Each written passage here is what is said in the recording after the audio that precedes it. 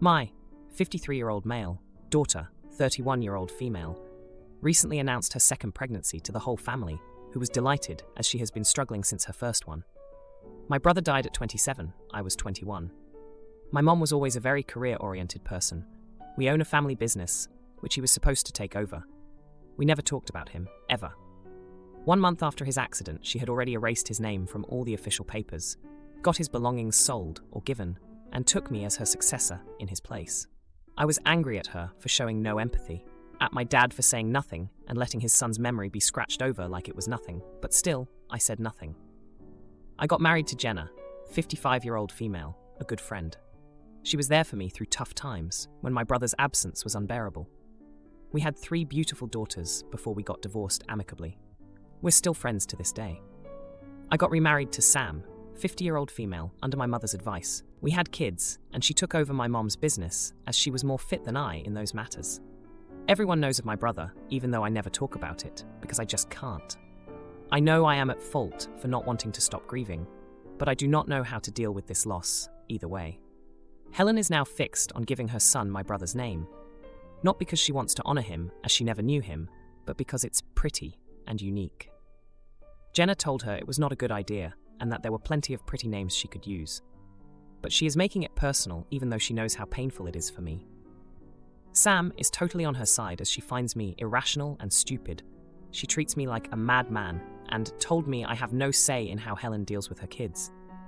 I do get her point, but I find their behavior cruel, and the reason is straight up stupid.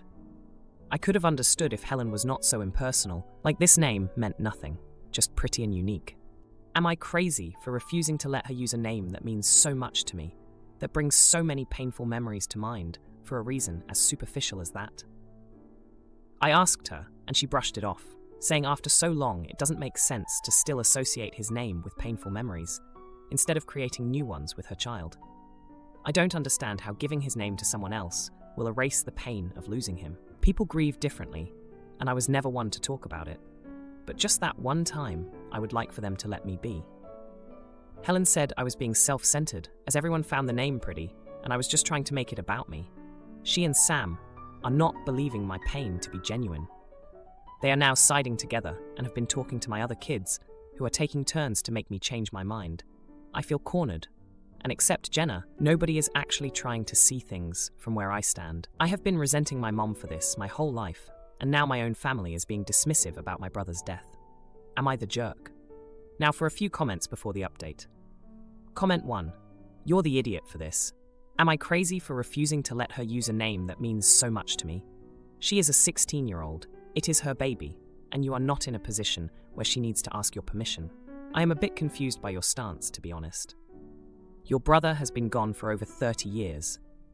And around the time of his death, you were angry because you felt like the rest of your family was trying to erase him, going as far as never mentioning him. However painful that may have been for you, it was their way of dealing with the loss of one of their children. But now, 3 decades later, your daughter wishes to use his name, and regardless of whether or not she is choosing it to honor your brother, wouldn't it be a good thing for his name to be carried on in some way? Comment 2. With sympathy for your grief, you cannot own a name, and you cannot tell someone else, even your own child, what to name their child. I do not think it is that people do not believe your grief is genuine. I just think they find it difficult to understand why the name is such a sticking point. Respectfully, if your grief is so persistent after 30 years that it is affecting your relationships with your family like this, it might be helpful to seek some counseling. As much as you feel people are not seeing your side, I do not think you can see their side here either. There is not much difference between, it is just a name, you can pick another, and it is just a name, Dad should let it go, depending on your point of view. Now for the update. Hey everyone, thanks for all the comments on my last post.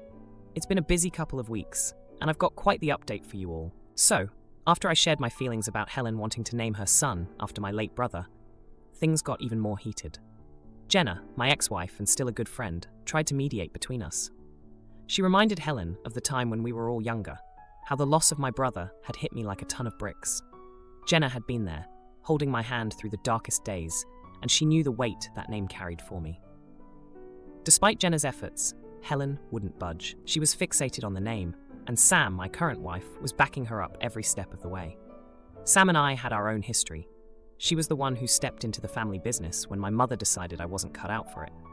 She had always been pragmatic, sometimes to a fault, and she saw this situation as another problem to solve, not an emotional minefield. The tension in the house was thick enough to cut with a knife. My other kids, influenced by Helen and Sam, started to pressure me too. They couldn't understand why I couldn't let go of the past. I felt like I was being ganged up on, and it brought back memories of how my mother had swiftly erased my brother's presence from our lives, a move that had left me feeling isolated and betrayed. Then, out of nowhere, a jaw-dropping moment happened. Helen had a doctor's appointment, and I went with her, hoping to find some common ground. But during the ultrasound, we found out she was actually having twins. The room was filled with a mix of shock and joy. But for me, it was a bittersweet revelation. The thought of 2 new lives coming into the world without my brother to see them was overwhelming. The plot thickened when Helen, perhaps softened by the surprise, admitted to me in private that she had always felt overshadowed by the ghost of my brother. She confessed that she wanted to use his name to feel closer to the family history she never got to be a part of. This confession hit me hard. I had never considered her feelings of exclusion, and it made me see her in a new light. In the days that followed, the family dynamic shifted. Sam, seeing the effect the ultrasound had on me, started to show a little more empathy. She even suggested we all sit down and talk about my brother, something we'd never done before. It was a difficult conversation, filled with tears and raw emotions, but it was also cathartic. For the first time, I shared stories about my brother, and my family listened. They finally saw the man behind the name. The confrontation led to a surprising turn of events. Helen, moved by the stories and the family's newfound understanding, decided to compromise. She still wanted to use my brother's name, but as a middle name for one of the twins. The other twin would have a different name, one that didn't carry the same emotional weight. As for me, I started to attend grief counseling, something I should have done years ago. Jenna was right there with me, encouraging me every step of the way. It was through these sessions that I began to understand that holding on to my pain wasn't honoring my brother's memory. It was trapping me in the past. Now, as I watch my family come together in a way we never have before, I can't help but feel a mix of sadness and hope. Sadness for the years lost in silent grief, and hope for the future of my expanding family. Helen's twins will soon be here, and while one will carry a piece of my brother's legacy, both will be loved for who they are, not just the names they bear.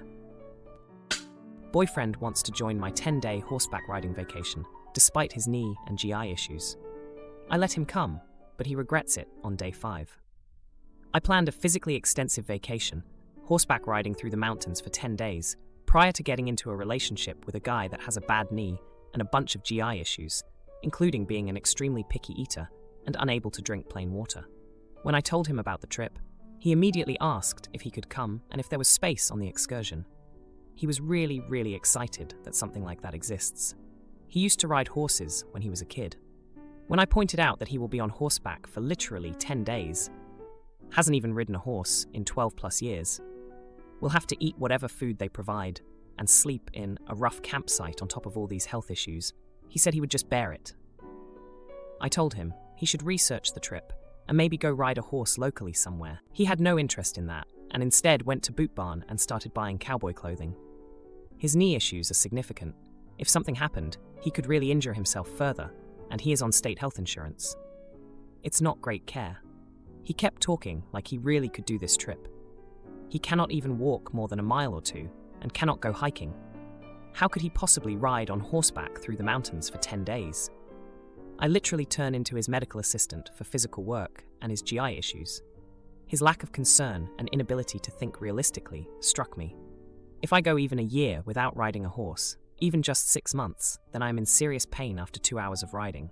This would be 10 whole days. Not to mention the GI issues. He has sporadic GI issues that cripple him for hours. So the thought of 10 days of me having to worry about him likely have to help him out a lot, and the risk was real that he may not be able to even finish the trip at all, had me really start to dread the trip. I ended up having to tell him that I really want to just do this trip solo, as I originally planned it. I am a professional rider, and I want to get the most out of this trip. He's mad at me, and will not acknowledge his physical impairments. Ada? The water thing. He is physically able to drink water. He says it worsens his heartburn, and that's why he needs to drink soda, chocolate milk, and flavored water. He also cannot eat, normally. I've only ever seen him eat chicken fingers, plain cheeseburger, just bun plus patty, mildly spiced Thai curry, pizza, Kraft mac and cheese, and other packaged foods. He says he cannot eat vegetables. I have never seen him eat a vegetable, with the exception of the ones in the Thai curry. This alone is almost reason for me to not want to go with him. They don't have a kids menu. There will be a chef making food, and you don't get to make requests. Now, for a few comments before the update. Comment 1. Is this why I'm perpetually single? It sounds painful for both of you. Are there exit points during the ride? Maybe he can join in the beginning, when it's not so bad, and leave when it's getting tough on him. Since no plain water, will muddy water strained through someone's underwear and boiled be acceptable? Just watched Bear Grylls and have been traumatized. Comment 2. Unable to drink plain water? What? Anyway, definitely not the idiot. He's in denial. Shitty, pun, situation, but you are not being unreasonable. I don't have any good advice. It's going to be really hard for him to admit he can't do what he used to. But you're 100% right that it will be way worse for everyone if he realizes that while on the trip. Good luck. Now, for the update. Hey Reddit, it's been 2 weeks since I last posted about my boyfriend wanting to join my horseback riding trip, despite his bad knee and GI issues. You guys gave me a lot to think about, and a lot has happened since then. So here's the update you've been waiting for. First off, let me give you a bit of background on my boyfriend's knee. He injured it playing high school football, and it never really healed right. He's always been a bit stubborn about it, insisting he can handle more than he should. That's part of why I was so worried about him coming on the trip. I didn't want to see him hurt himself even more. After I told him I wanted to go solo, things got pretty tense between us. He was hurt and felt like I didn't believe in him. But I just couldn't shake the image of him struggling on the trail, and me having to play nurse instead of enjoying the ride. I've been riding horses since I was a kid, and this trip was something I'd been dreaming about for years. A few days after our big argument, he surprised me by booking an appointment with a physical therapist to talk about his knee. He started doing exercises to strengthen it, and even though I was impressed by his dedication, I still had my doubts. Then came the jaw-dropping moment. He came home one day with a big grin on his face and told me he'd been to a local stable to try riding again. He'd managed a short ride without too much pain, and he was ecstatic. I couldn't believe it.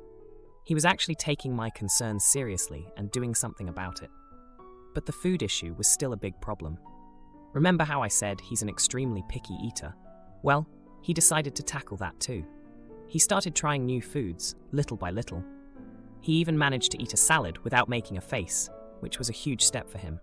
I was starting to think maybe he could handle the trip after all. The biggest surprise came when he sat me down for a serious talk. He admitted that he'd been in denial about his limitations and that my concerns were valid. He promised that if he came on the trip, he wouldn't let his issues become my problem. He'd prepare as much as possible, and if it got to be too much, he'd bow out gracefully. I was torn. Part of me was still worried, but another part of me was touched by how much effort he was putting in. It showed me how much the trip and our relationship meant to him. So, after a lot of thought, I decided to let him come. But we made a deal. We'd take it day by day, and at the first sign of trouble, he'd stop. No arguments, no guilt. The trip started off better than I could have hoped. He was keeping up, his knee was holding out, and he was actually enjoying the food. It was like he was a different person, full of energy and confidence. And I was loving every minute of the ride, just like I'd hoped. But then, on day 5, it happened. His knee started acting up, and he was in a lot of pain. True to his word, he told me he was going to stop. I could see how hard it was for him to admit it, but he didn't want to hold me back. I was ready to call it quits too, to be with him, but he wouldn't hear of it. He insisted I finish the trip while he headed back to the starting point. He said he'd be fine, and he'd wait for me there. Those last 5 days were bittersweet. I was having the time of my life, but I missed him. When I finally rode back into camp, there he was, waiting for me, with a huge smile and open arms. He'd arranged a little surprise celebration for my return, with all the foods he'd learned to eat over the past weeks. I always pay for family dinners because they're poor. But during holiday dinner, I found out they invited entire extended family and neighbors and expect me to pay for an expensive meal. I left some money on the table and stormed out of the restaurant. Some backstory. I'm pretty successful, especially in comparison to my family. I also travel quite a bit for work. When I do come into town, I try and meet everyone and usually go out to a few dinners. Because of the income disparity, I almost always pay for my family. Sometimes I splurge and take them out to a really nice place, but usually it's just Outback or something. I do let them pay every once in a while when it's a quick, cheap meal, so they don't feel bad. I have no issue with this, and love helping my family. I handle family vacation, bought mom a car, etc., so I feel like I'm very generous with them. I was coming back into town for the holidays, but couldn't stay long this time. My mom said everyone wanted to see me and planned a dinner. After I got into town, I had a text from my mom from a few hours earlier, no signal on plane, to meet at a really high-end steakhouse. I was a bit uneasy about it because I always initiate more expensive meals but rolled with it. I show up at the restaurant to find a huge party.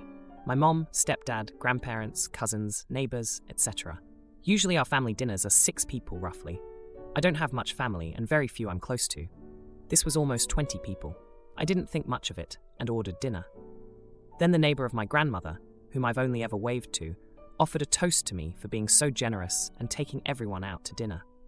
I looked at my mom, who was beet red. Appetizers came out at this exact moment. I had assumed some version of a Dutch meal since so many people were there. I immediately said, "I'm not paying for dinner." I quickly looked around. Everyone had drinks. They ordered a ton of appetizers, and everyone had steaks. This place's steaks are all $80 to $250 per person. Quick math said this was going to be a $4,000 dinner easily. I got up, threw a $100 bill on the table, and left. My phone was blowing up. I turned it off and went to bed and left the next day without saying bye. I didn't handle it well, but actually felt used. I also told my mother I would stop sending her a monthly allowance going forward. Update. So my mom has been begging me to call her. I figured I'd let it go and called her back. I apologized for storming out and assumed she would apologize too and we could move forward. Nope. I was called selfish, greedy, disrespectful, and mean.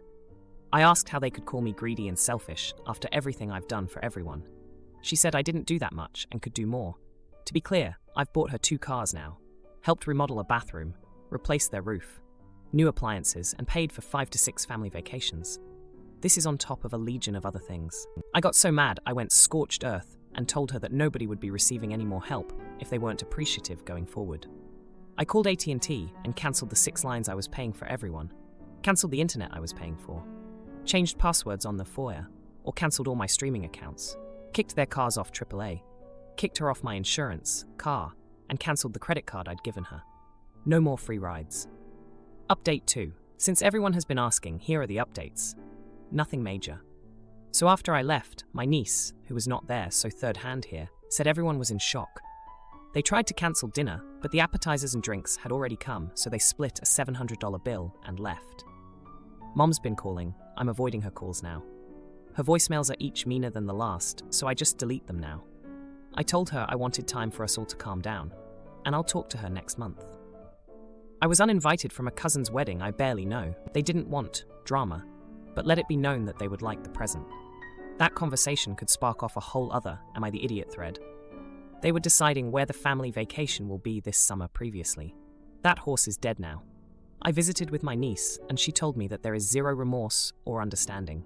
It is basically an accepted consensus that I'm a greedy, mean monster. So nothing juicy. I'll update if anything major happens. But I think this is status quo for quite a while. Now for a few comments before the update. Comment 1. Your family invited your neighbors. Do you even know these people? Wait, it doesn't even matter. And everybody had drinks and appetizers and steak. Oh no. Paying for your part and leaving was entirely appropriate. They took advantage of the golden goose, and the golden goose left and cut mama off. Not the idiot. Comment 2. Not the idiot. Okay, you stormed out of the restaurant and embarrassed them, which your mother deserved if she told everyone the meal was on you. But didn't anyone see how hurt you must have been to be treated like this? Did anyone reach out and apologize? I really feel for you. It's not about the money, it's about respect. Now, for the update. Hey Reddit, it's been a chaotic week since my last post, and boy do I have some updates for you. Buckle up, because this family drama just took a turn for the absurd. Let's rewind a bit for context. I've always been the one with a bit more financial stability in my family, and I've never hesitated to share that with them. From family vacations to monthly allowances, I've done what I can to help out. But as you know, things went south when I was unexpectedly saddled with a massive dinner bill for nearly 20 people at a high-end steakhouse. Now, on to the new developments. After I cut off the financial support, I thought things would simmer down, but I was wrong. My mom's been relentless, trying to reach me. I finally caved and called her back, expecting some sort of reconciliation. Instead, I was met with a barrage of accusations and name-calling. It was like talking to a stranger, not the woman who raised me. In the heat of the moment, I went nuclear. I cancelled everything I was paying for: phone lines, internet, streaming services, insurance, you name it. It felt like a line had been crossed, and there was no going back. But here's where it gets even more twisted. My stepdad, who's always been a quiet guy, decided to chime in. He sent me a text, not to apologize, but to inform me that the car I bought for my mom was actually for him. He claimed he needed it for work and that I had no right to take it away. I was floored. I had no idea he was using the car, let alone that he felt entitled to it. The fallout didn't stop there. My grandparents, who I thought would stay neutral, called to express their disappointment in me. They said I was breaking the family apart over money. It was a gut punch, especially since I've always looked up to them. And just when I thought I'd heard it all, my cousin, the one who uninvited me from their wedding, had the audacity to send me a registry link. No apology, no invitation, just a not-so-subtle hint that they still expected a gift. The nerve of some people. But wait, there's more. Remember the neighbor I barely knew? The one who toasted to my generosity at the steakhouse? Well, they had the gall to send me a bill for their share of the dinner. Apparently, they thought I should still cover it since I ruined the evening by leaving. I couldn't believe the entitlement. Amidst all this chaos, there was one small glimmer of hope. My niece, the same one who filled me in on the aftermath of the dinner, reached out. She's been the only one to show any understanding. We met up for coffee, and she confessed that she felt caught in the middle, but agreed that the family's expectations were out of line. She also shared that the family's been scrambling to figure out their finances now that my support has been pulled. It seems they took for granted all the bills I was covering. My mom's been trying to rally everyone to pitch in, but there's been a lot of finger-pointing and no real solutions. As for the family vacation plans, they're still trying to piece something together, but without my financial backing, options are limited. I heard through the grapevine that they're considering a local camping trip instead of the usual beach resort getaway. The tension has been thick, and I've been keeping my distance. I've had to block a few family members on social media because the passive-aggressive posts were getting out of hand. It's like watching a train wreck in slow motion. If you liked this video, you'll probably like these too. Also, while you're here, please consider subscribing. It's your support that keeps this channel alive and allows me to make better and longer videos. Have a great day.